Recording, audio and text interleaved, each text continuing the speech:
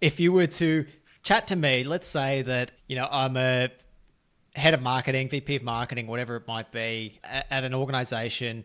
We have just signed up with HubSpot as our CRM. We've started that process. Adam, you sell, let's say, Pipedrive, and you are contacting me. Now, under the, I suppose, like the older or the current method that a lot of people are using, where they're trying to book that meeting, what would that look like? In that scenario, the SDR or the business development team would be pushed to basically go for the throat. And what that would look like would be, where have we done this before? Who have we helped? How could we help you? Is this relevant? Let's book a meeting time, without actually asking any of the questions that could be connective to make you build rapport, build relationship, be in the right place at the right time, which is what business development always used to be, and what you and I believe, well, what we are bringing back across industry through a CRO school.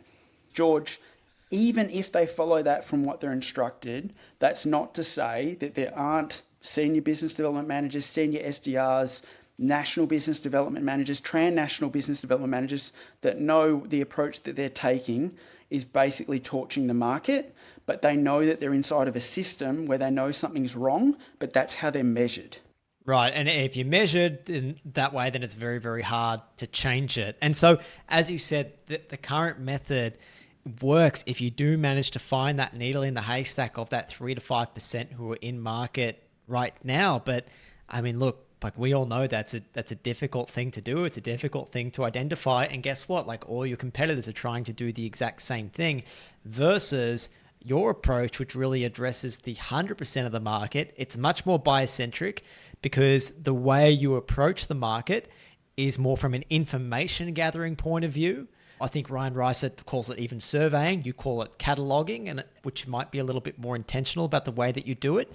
But the purpose is not to book the meeting. It's to gather information, to give you the recipe to success, to come back at the right time.